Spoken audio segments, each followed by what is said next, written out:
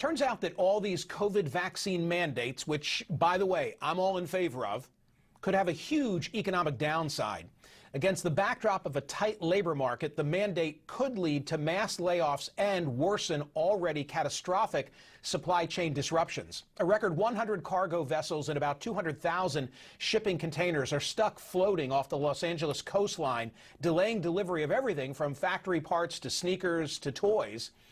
What happens if the workers in that supply chain refuse the vaccine and are laid off?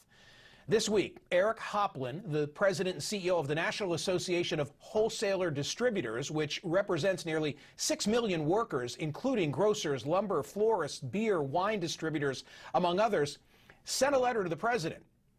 In the letter, he asks President Biden to delay the December 8 vaccination deadline for all employees of federal contractors. Eric Hoplin joins me now. So, Eric, you represent 35,000 enterprises in all 50 states. What is your concern? Well, Michael, thanks for having me. Good morning. And concern is the right issue, because what we're dealing with here are two really important issues. Of course, the wholesale distribution industry joins all Americans in urging them to get vaccinated. We want to vaccinate the country to save lives and to move past this pandemic and get the economy moving again. At the same time, as you just mentioned, there's critical issues that are happening throughout the supply chain. And unfortunately, these two issues are converging at this moment.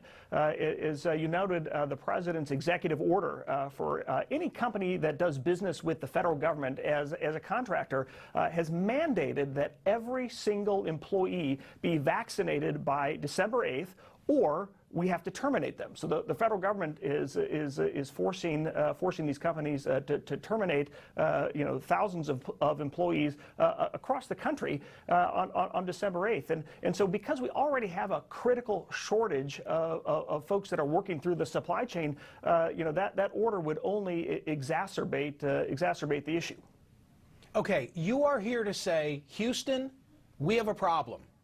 People are already seeing grocery shelves that are empty, and you're here to say that your organization is totally supportive of vaccination. A lot of your members have taken heroic measures, trips to Vegas, $1,000 incentives to get people vaccinated, and you want the president to know it's not working, and December 8 looms. So what needs to be done?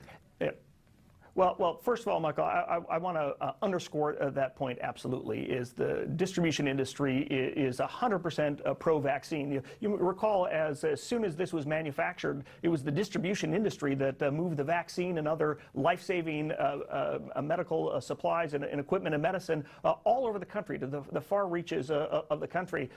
When the vaccine became available, we partnered with the National Football League teams and the National League of Cities at their vaccination sites to donate more than $1 million of PPE to help run these sites. And in our own facilities at these 32,000 companies across the country, we have been working with our employees to help get them vaccinated, offering incentives, offering time off, bringing nurses into the facilities to offer the vaccine. As you mentioned, one member offered free trips to Vegas. If you get vaccinated, you throw in a pool for that. So we are committed to vaccinating this workforce. We have done everything we can. We've incentivized them in every way we can, but most of those that are remaining tell us that if the government mandates it, fire me. And so we've tried everything we can, and so what we're asking is simple: is we want a small delay to help us prepare for implementation, and we also are asking the president to amend the order to include a testing option. So if people just at the end of the day are refusing to get vaccinated, we can at least test them, because we want to make sure to continue, of course, that our facilities are operating in a safe way, as they have, by the way, through the entire pandemic. Eric, you are hearing from your membership, quick final point, that these folks will sooner walk than take the vax.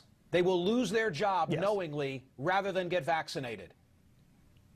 Absolutely. And so what's going to happen on December 8th, you think about this, just a couple of weeks before Christmas, we're going to be forced to lay off, because the executive order tells us to do this, tens of thousands of Americans. And most of them are the folks that can least afford to be laid off right before Christmas. And on top of that, it's going to exacerbate the problems with the supply chain. And so if you're thinking about getting something under your Christmas tree here in a couple of months, when the supply chain is most robust and busy throughout the year, to add these challenges now, we think is a problem. And so we've called on the administration to amend the executive order. I didn't recognize the looming trouble. I'm so glad that you came here and put it on everybody's radar screen, so thank you very much for that.